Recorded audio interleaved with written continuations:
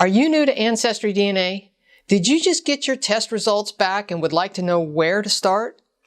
Or would you like to learn a little bit more about how you can use your DNA results in a very powerful way?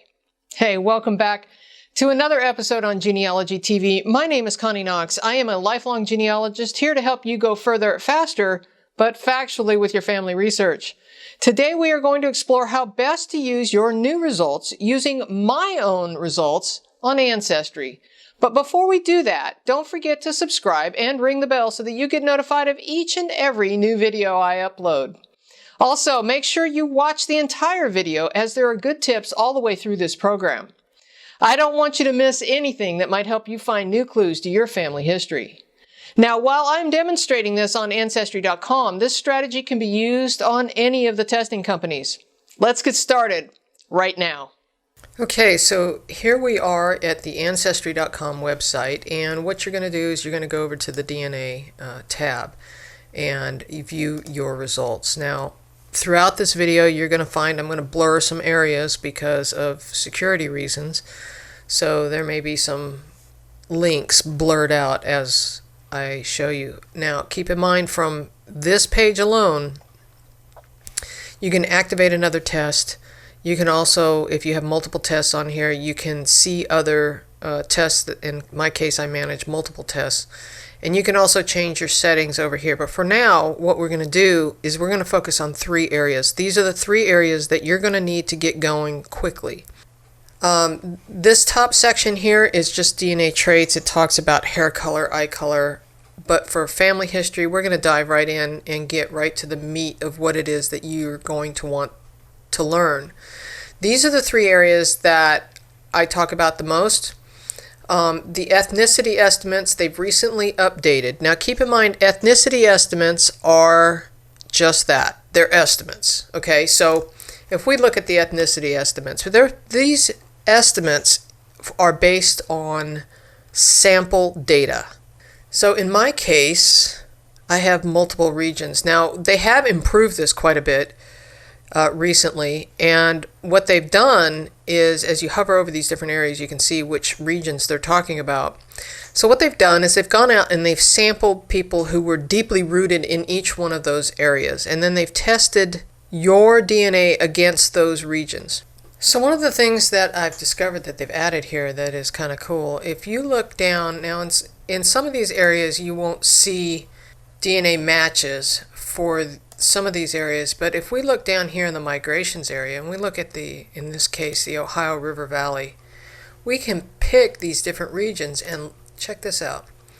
When you click on this region, it shows you to where your DNA matches are with regards to this area. So you can view the matches specific that trace back to that area. So now you can look at your DNA matches. Now before we get into DNA matches, I want to finish going through this. So please keep in mind that these are estimates.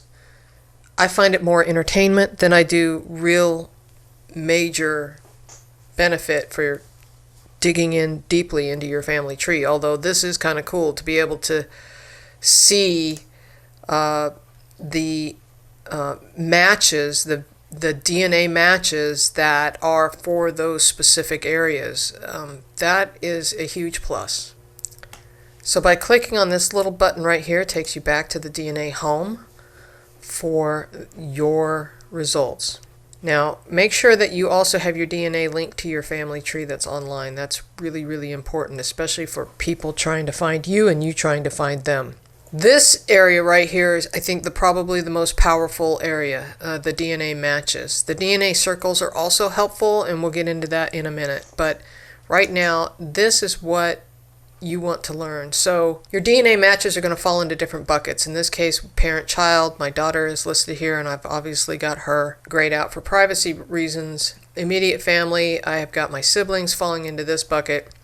First cousins falling into the next bucket. And so what you want to do is you want to look at your first cousins, second cousins in order, because the closer the match, the better quality results. So you want to look at cousins that are fourth cousins or closer.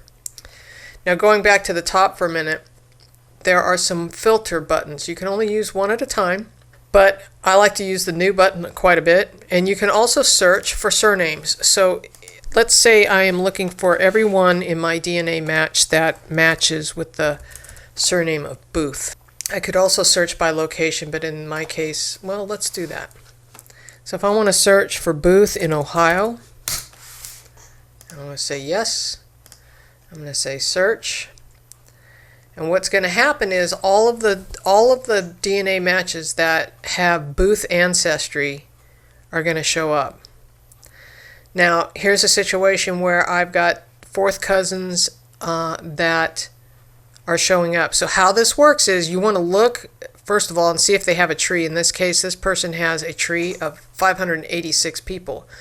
If you click on the match, you can click over there and find out more about your connection to that person. In my case, there's me, my mother, my grandfather, great-grandfather, and so on. We share Charles Booth and Elizabeth Ferguson as a common ancestor. And then going on down to this person who is grayed out because she is clearly a living person. So going back to the bucket, by the way, if you click on the question mark, you can see what the expected estimated relationship is based on the centimorgans that you share with that person. Here is one where there is an unlinked tree. So this is a good example of where, while it looks like this one does not have a tree at all, this one has an unlinked tree. And so what you would do is you click on the match, and you come over here and it says invite this person to have a linked tree, but in reality they already have a tree online. So you can select the tree and then go look. And the other cool part about this is you can look exactly to see how many in the surname that you're looking for. So in this case, if I'm looking for a Booth, they have 2 people in here of interest to me, and I can click on her profile within this other person's tree as long as they have it set to be public. And I might be able to find some more clues here. Another thing you can do from this area is to look at the mapped locations. So here you can see, if we zoom in, the Booth family that I'm interested in is in mostly Huntington, West Virginia. So you can see that there are people here, and look at that. There's a Booth, there's a Booth. That's a relationship to a Booth. And if I can squeeze in here and click on this other one, oh, see, it says more people that are actually related to that. But here, there's also a view details. I can actually click on the tree and look at more information about these people. Now, ironically, you're going to run into situations occasionally where you're going to see pictures that you've uploaded yourself. But here is a list of all of these people in this family. And boy, these guys were busy. Look at all the children. Holy cow. So going back to the cousin match page, this padlock means that this is a private tree and that this person does not necessarily want to automatically give you access to that. So you have to ask. So if you click on the view match, you can contact this person and say, hey, can I take a look at your tree? Do you mind? And you can see I've already done that. Also here, you can add notes. And I've already done that here. You can click on the pencil marker and add notes, and then when you're done, you hit save. You can also trash those notes right here. These are your notes only, nobody else can see them. So the whole goal here with looking at cousin matches is to look for more clues. So as you go through now, I happen to know who all of these people are. They're actually close family members. As I start to scroll through the second cousin bucket, I have worked up all of these, and you can tell, see that little icon that has a little note, little piece of paper? That means I've left notes there, and that gives me a clue that I have already researched that one. I have already made notes in there, and that's just my workflow. If I see that little piece of paper there, I know that I have already touched that one and researched it You can also take a look at this comparison. Now this person only has 8 people in the tree, but if you compare me against this person, you can see the ethnicity estimates for me and for this other person that I have a DNA connection with. Here's a situation where you see hints, little hint popping up. Let's go take a look at that. This hint is showing us that we have a direct connection. This is my great-grandfather, and quite frankly, that's my second cousin. So what's interesting is right from this screen, you can compare, and we can compare the DNA ethnicity estimates, and it says he hasn't quite updated his ethnicity results yet, but this is kind of interesting in that we can see where our ancestry comes from. Now, I happen to know that the Madsen family, that comes from Denmark. So it's not any surprise when you look at this map and it's all over Europe. What I do find interesting lately is Denmark has slipped off of the list. Scandinavia used to be a region, and I have not seen it in my own ethnicity estimates lately.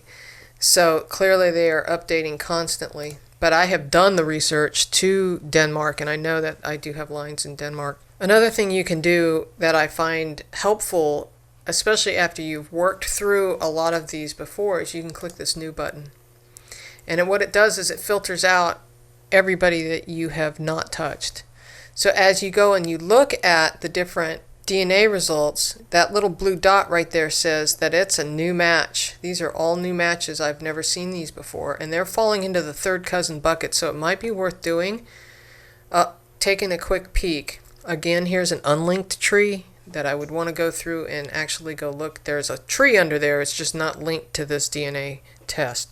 Another reason why it's so important for you to link your family tree, even if it's only a few people, you should link it to your DNA result. Another area that you want to look at is how many centimorgans you share. So in this case, 104 centimorgans across 8 segments.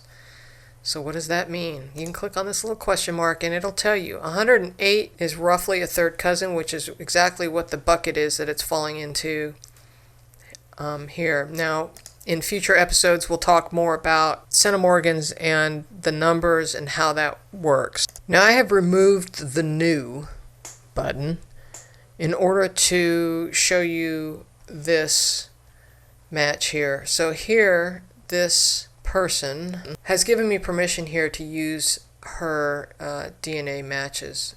She has 116 centimorgans across 5 segments. That is a relation to me of roughly a third cousin, as you can see here at 105, falls into this bucket here. That doesn't mean it couldn't be a fourth cousin or a second cousin once removed or some other relationship, but she has quite an extensive tree here. So if we go and look at her relationship to me, it shows you, in this case, because we both have trees online, it shows you the trail up the tree, our common ancestors, and the trail back down to her. That is pretty powerful. So now we can scroll down and look at her tree a little bit deeper and see if there are areas of interest. Now I'm interested in the Davises for this line, and these people are very much of interest to me, especially since I am trying to find a missing parent in the 1800s in Randolph County, North Carolina. And it just so happens that she has some Randolph County, North Carolina Davises. So I'm going to go and do further research, and this is her tree now, okay? Joel Davis, Back Creek, Randolph County, North Carolina. I can dig into her tree a little bit further and get some more clues. This is the power of cousin matches. I can't say it enough. This is where you will find more information. Just be mindful of whose tree you're looking at when you're doing research. So once you find something of interest, you can contact this cousin by sending them a message and say, hey, do you mind if we share information? You can then type an email to this person through Ancestry. It does not give your personal information out, but you can type in a message here, put a subject line on it that is going to catch their attention. And so there you might type in a subject line that's going to end up in their email that's going to catch their attention. Okay. In this case, she is a genealogist who does a lot of work, clearly, with 2,000 people in her tree. So here's a quick tip. If you want to send this person a message, I recommend that you open up in another document such as Word and type out your email, because as soon as you hit send a message here, you can't see the details underneath it. So type it up in another document when you can see what's going on. You can scroll around and whatnot, and then cut and paste it into your message that you send. So that way you can send it and be able to type and spell the names correctly and look around and study it a little bit closer and say, hey, I think we are a third cousin. What is she predicted to be? A sixth cousin once removed in this case. So there's another example too of how the possible range of third to fourth cousins is way out of whack, because according to this, she is actually a sixth cousin once removed. That's quite a difference. Now, as I was recording this video, I suddenly realized that there was a huge clue here for me. This guy right here is of great interest. So this is just a little selfish side note. This woman right here took it to her grave as to who the father of her children. This is my great-grandfather. So I never have known exactly who his real father is. Now, this woman is expected to be a sixth cousin once removed, but she's actually falling into, if we go back a screen, she's falling into the third cousin bucket. So as you can see, here's the third cousin bucket. If I scroll down, here she is, okay? 116 centimorgans across 5 segments is a pretty good connection. And that falls into the third cousin bucket. So how can that be if we look at that match again, and she's got a lot of people in her tree, so we know that she's a pretty extensive researcher. And clearly we have common ancestors that we share. Here I am at the bottom, here she is at the bottom. It says sixth cousin once removed. That can't possibly be and her fall into the third cousin bucket. But if I look at this Joel Davis, he falls into the third cousin bucket, which makes me strongly suspect that this might be the missing father of this guy. So I gotta go do some more digging and figure that one out. So going back to the Ancestry homepage. So we talked briefly about the ethnicity estimates. We've talked about the DNA matches and how you can dig down into the DNA matches. This is the #1 favorite area for me to do research, is in the DNA matches. I go digging into their trees and find clues based on the closest match genetically first, and then work my way down. After fourth cousins, it's typically not worth looking at. So let's look at DNA circles for a moment. So again, I said I was looking for a Davis, and DNA circles, basically what this does is it takes everybody that has the same family cluster and groups them together. So here's a Booth that I might be interested in. I happen to know Booth married a Ferguson, so that's interesting to me. John Henley is always interesting to me. All of these actually are worth investigating. Ellsworth Lee Booth is my grandfather. So what this does is it links other people that have the same genetic match. But one of the cool parts about the DNA circles is you can click on somebody else, because they're going to have a DNA connection to somebody else that you don't. But they might have clues in their family history about your family tree. Remember, we don't inherit all of that DNA, but our paper trail family history is real. So here I have my DNA group that I am genetically linked to within the DNA circles. These people around the outside here also have DNA connections within the circle, but this person and this person over here I do not have a genetic match to, because over time the DNA has weeded itself out, because you remember you only carry 50% of your DNA from your father and 50% from your mother, leaving behind the other half. So by leaving behind the other half, There are other connections here that we don't actually have a genetic connection to, but these other people might. So if we click on this person here, whoever RM is, this person has a connection, a DNA connection that I don't have, because this is my family group. I don't have that DNA connection, but through this person I do. This person I don't have a DNA connection, but if we click on that person, they have a DNA connection with the other people in the circle.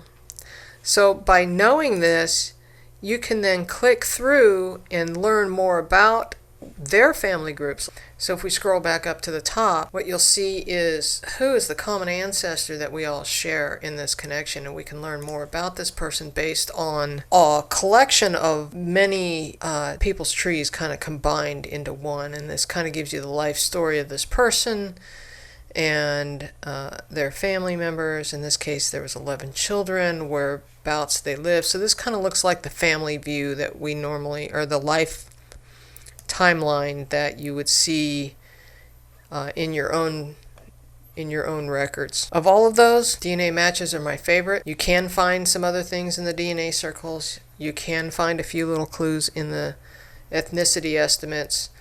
This is where I spend 90% of my time using DNA research. Now, one more little tip as far as the DNA on Ancestry: if you want to transfer your DNA results or your DNA test to another company such as GEDmatch or another DNA company that allows importing of the raw data, you can do so by going up here to hitting Settings and Download Raw DNA Data.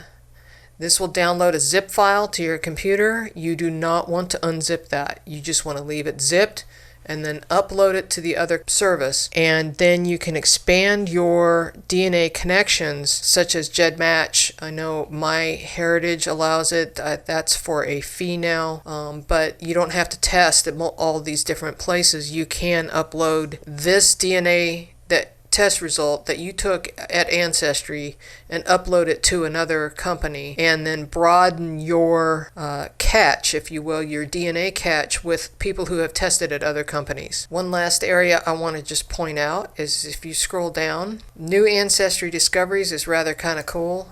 These are the people that are not in your tree. That doesn't mean they're not in your genetic tree, but they're not in your paper trail tree that you have already uploaded on Ancestry. So here are people that we could explore as DNA connections, but yet we don't have an exact knowledge of how they connect to us.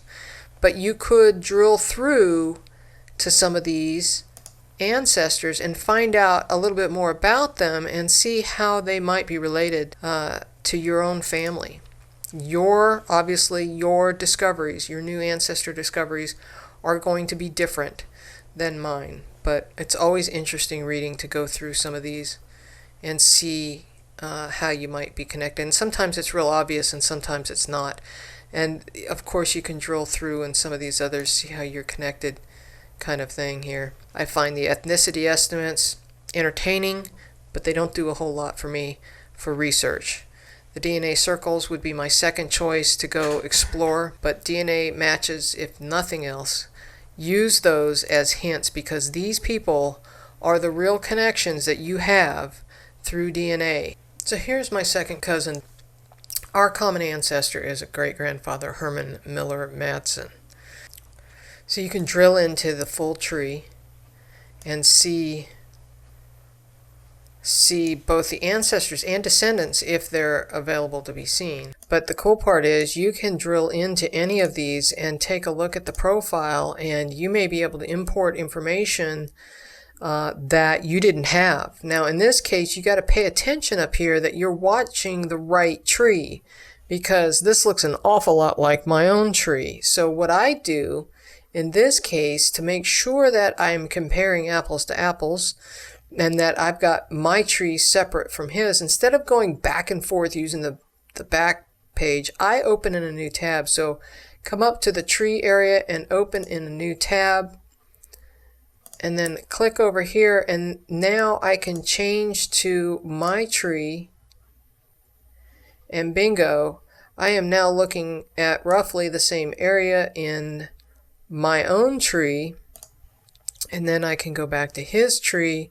If by clicking on this tab here, I can go back to his tree, and now I can sit there and just by toggling between the two tabs, I can compare notes.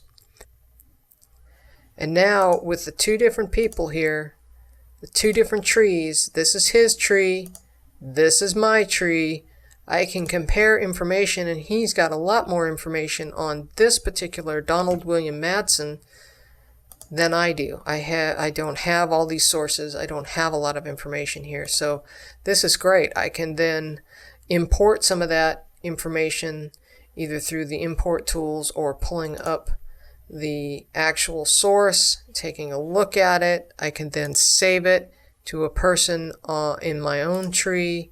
I can type their name. Got to make sure I'm in the right tree. Got many trees going on here. The right Donald Madsen. And I can save that to my tree.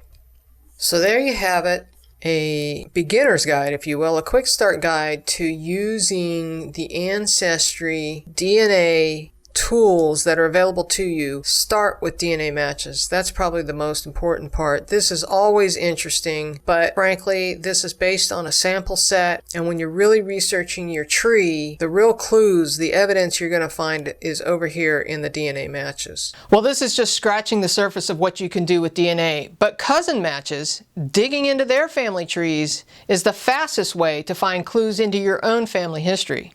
But before you go, I have advice. First, when reaching out to cousin matches through the messaging systems, know that they may not always respond, and be respectful of that. You never know what's going on the other side of your email, or they simply may not have received it. Depending on the settings in their membership accounts, they may not be notified of your email until the next time they log in. Secondly, expect surprises. If you find something unexpected, research it carefully before making any assumptions. Third, be gracious and helpful. The genealogy community is a helpful bunch from which you will benefit. So be willing to be helpful too and pay it forward. Lastly, don't just import ancestors from the trees of other researchers. Instead, research their sources, analyze it, and write your own conclusions into your own tree. Make sure that your tree is clean and accurate. Don't be in such a rush to import the ancestors from your cousin matched trees just because let's say 20 other people have the same data. All of those people may have imported it from the same incorrect source. Well, I hope that was helpful. Was there a takeaway in this video for you? If so, let me know in the comment sections below. I read all the comments and will do my best to respond. I've added some other videos here that you may find helpful. Don't forget to subscribe and ring the bell so that you're notified each time I upload a new video. Until next time, keep on climbing your family tree.